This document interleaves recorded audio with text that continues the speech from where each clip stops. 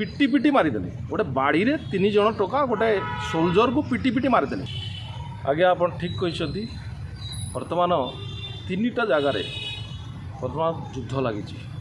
Ukraine Russia ହେଉ, ଆମର Israel Iran ହେଉ କି ଇସ୍ରାଏଲ ପାଲେଷ୍ଟାଇନ ହେଉ, ଅନେକ ଜାଗାରେ ଯୁଦ୍ଧ ଲାଗିଛି। ଆଉ ସେ ଯୁଦ୍ଧରେ ଅନେକ ଦେଶ ସାମିଲ ହୋଇସାରିଲେଣି, ଆଉ କିଛି ଧୀରେ ଧୀରେ ସାମିଲ ହେଉଛନ୍ତି। ଏଇ ଟାଇମ୍ରେ ଭାରତର ଯେଉଁ ରୋଲ୍, ତାର ଯେଉଁ ସୈନିକ ଆଉ ସୈନିକ ମନୋବଳ ବଢ଼ାଇବା କଥା।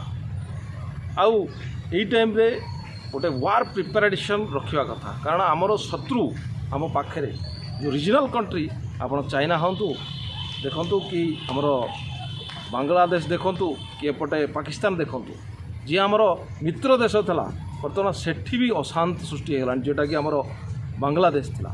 ଆଉ ଚାଇନା ଆଉ ପାକିସ୍ତାନ ତ ଅଲରେଡ଼ି ସେମାନେ ଆଗରୁ ଶତ୍ରୁ ଅଛନ୍ତି। ସେଇ ଟାଇମ୍ରେ ଯେଉଁ ସୈନିକମାନଙ୍କର ମନୋବଳ ନିହାତି ବଢ଼ାଇବା କଥା। ଆଉ ପୂର୍ବ ସୈନିକ ଯେଉଁ ରିଜର୍ଭ ସୋଲଜର ଅଛନ୍ତି, ତାଙ୍କର ବି ମନୋବଳ ବଢ଼ାଇବା କଥା।